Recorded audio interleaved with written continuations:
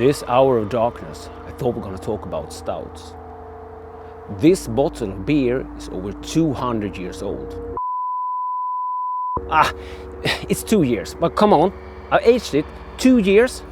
This is a bottle from Danevik, so it's have been sitting in my fridge for 2 years. Today we're going to talk about stouts. We're going to talk about how to brew better stouts, some new tools for some of you to have in the tool belt. We're going to talk about tips for brewing low ABV stouts, tips for brewing high ABV stouts, tips for brewing stouts in general, top tips of course later on in the video, so stay to the end, and tips for brewing dark beers in general. And also let's do some fun fact and maybe some historic about stouts, but keeping it loose, because this is a really scary place tonight, so yeah, let's get into it.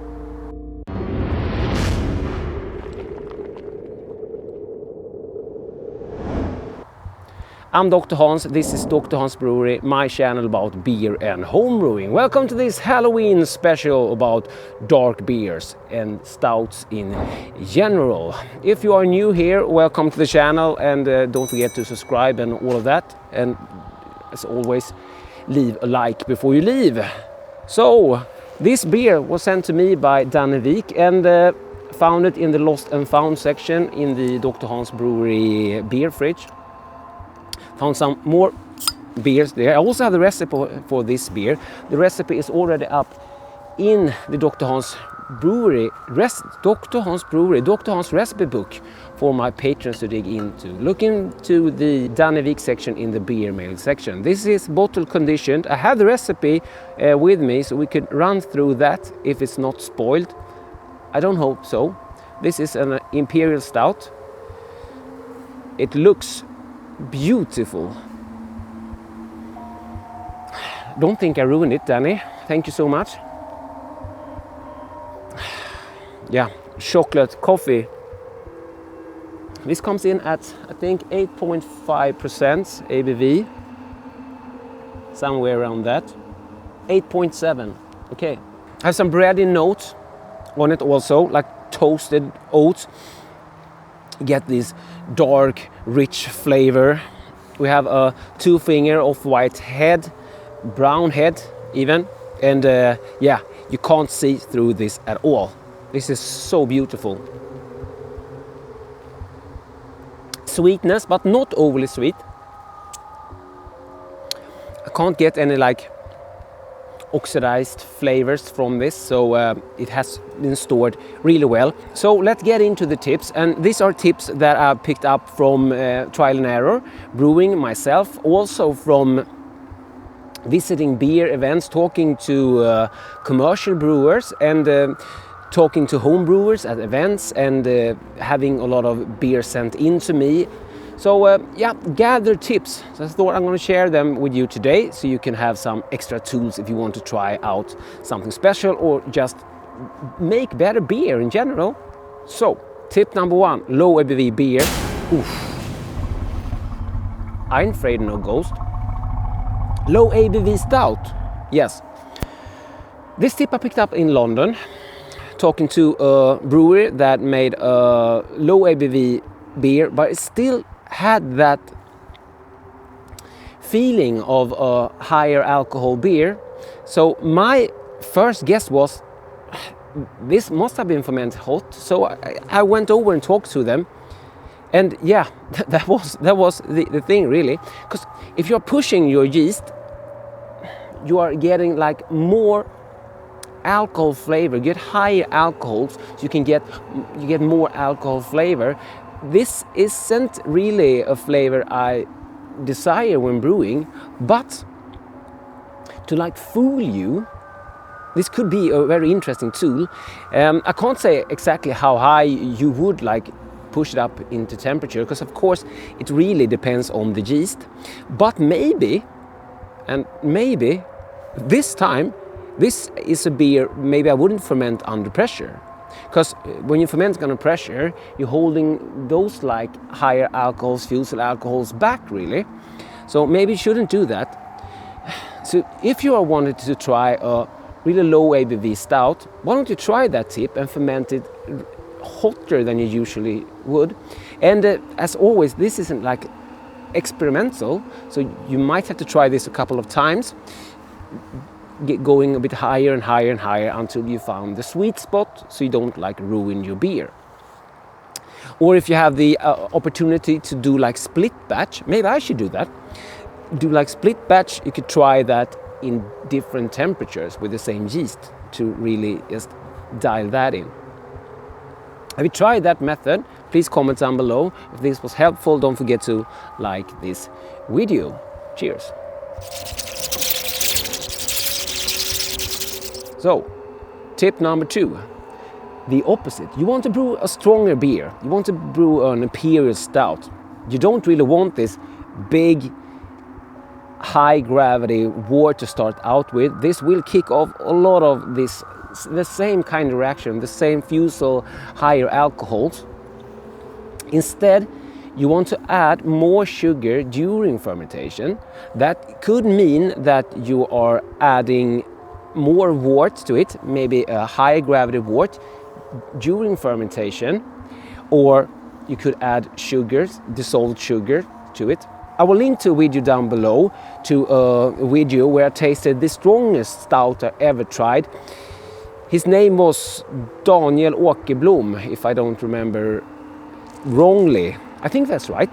A really beautiful stout. I think it was about like over 14%, something like that, but go and check out the video. He did just that, and I have been sent in quite a few stouts. The brewers that have been using this method and don't do like this massive gravity wort to start with, they have all came out with a much smoother beer that don't scream alcohol. If alcohol taste is what you want, of course, don't do that. Before we go into tip number 3, let's talk about some fun facts about stout. Back in the day, stout didn't mean dark beer at all. It just meant like a strong beer, strong ale. So when people came up with the concept of a white stout a few years back, it wasn't that crazy really, because it has been that way all along. Stout just means strong beer, so yeah, not crazy at all. Nowadays when we say stout, we are referring to a dark beer, but there's also the porter, and actually made this more confusing. They used to call it porter, and when it was a strong porter, they call it porter stout. Now stout doesn't have to be strong, it has to be dark. So some things have changed during the history, and to me now, like a porter is more like more chocolate tones, and a stout is more like the roasted barley. But yet again, when we're getting into like imperial stouts, we are getting those chocolate tones again. So it's complicated, but there you have some fun facts about stout. Maybe we could take the stout word back, and instead of calling it an double IPA, we could call it a stout IPA. No, but you know, that ship has sailed, but it lightens up some of the confusions between the porters and the stout and the white stout at least. So tip number 3 about adding oats. If you're adding roasted oats, if you want to roast your oats yourself, do it, try it out, it's very fun. You just take an oven tray, fill out the oats. Porridge oats works fine, and set your oven to about 150 Celsius or 300 Fahrenheit, about that. And every 10 to 15 minutes, give it a stir until you reach your color of roastiness that you want. But, and I know people are doing this differently, after that you want to chill it down, and I would recommend store it at least a week in a paper bag to let some of those flavors evaporate.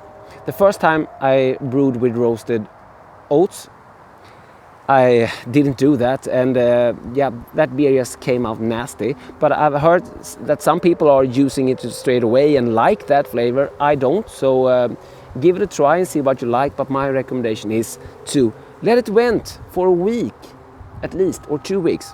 But yeah, some days, 5 days, at least some time. Don't screw up your beer. Tip number 4, and this one is crucial. I'm also gonna go out on a limb here where I'm gonna get a lot of nasty reactions back, but yeah, that's no problem. So you can balance that out with commenting something nice below also. Roasted grains are not supposed to be mashed, and I learned this the hard way. The first time, I think I brewed 3 brews before I jumped on the all grade train. It was a partial extract where I steeped some grains, and my second brew was, or third brew was a porter. My first was like a Hefeweizen. The second or third was a porter. The third was American Pale Ale. Then I was hooked, so I jumped onto all grain, bought my first brewing system. So when I did that porter, I got a little steeping bag of chocolate malt. So I steeped that for about 20-30 minutes, and that beer come out lovely. When I first used chocolate malt for brewing a porter, I mashed it. I mashed it along with the other grains, and that beer came out nasty. So I tasted some grains, some chocolate malt grains, and they tasted the same, bitter, harsh. That beer really needed some long lagering, conditioning time to be good. So I started thinking of why my first beer didn't come out that way, and I read up on it, and yeah, there is this thing called top mashing, and I have been doing it, and I am doing it for all my dark beers.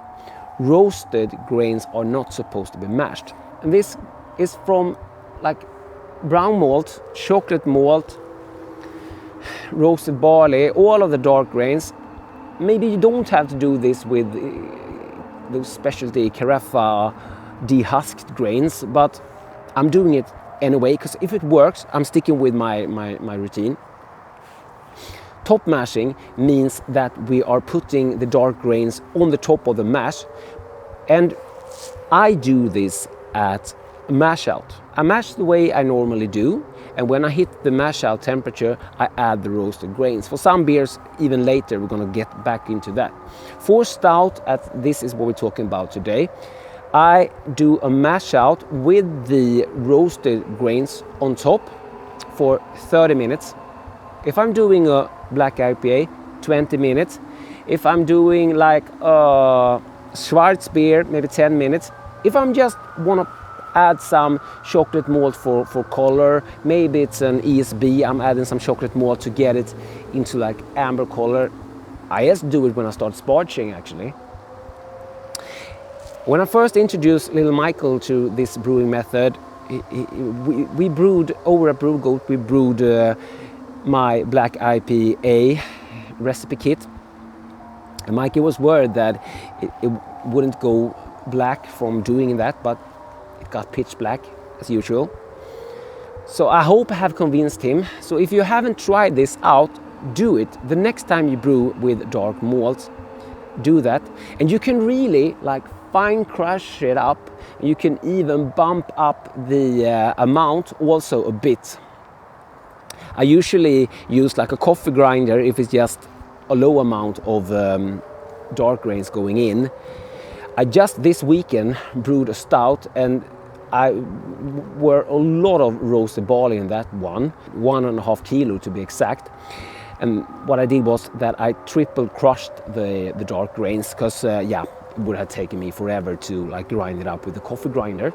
So this tip will really take your dark beers up to another level. It also means that you don't have to wait to condition your beer.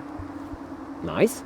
So I'm gonna go out on a limb here, and I know I will get some nasty comments about this, but you could go so far and say that if you need to store your beer, condition your beer, you've done something wrong in the brewing process. Of course, that's only half true, but Speaking of top mashing, if you're doing top mashing instead and you're not letting your dark grains, roasted grains, steep for longer than 30 minutes, you don't need to condition those astringents, harsh flavors out anymore. I've said in the past that spiced beers often need to like condition for the spices to round off and the beer come together, but that's just because I didn't like nail in all of the amount of the spices.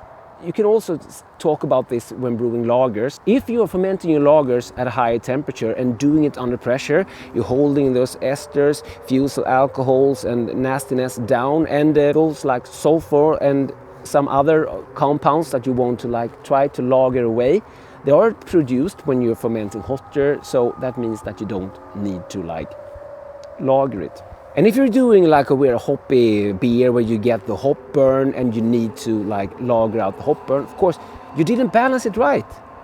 You used too much hops. So it's all about balance, and if you are brewing your beer to like perfection, the time for lagering is extremely low. A couple of days maybe to let the most of the yeast settle out, but yeah, of course take that with a pinch of salt, because it's some truth in that and some half-truths, of course. So if you found this video helpful, consider becoming a patron or channel members, or just buy me a beer. All links down below. Thank you so much, Danny. Oof, that was a scary one. Let's round this up. Thank you so much, Danny, for the beer. Send more. Why don't you send more beer? No, just kidding. Thank you guys so much for watching. Don't forget to subscribe and share, like, and ring the bell and all that. Cheers. DrHans out.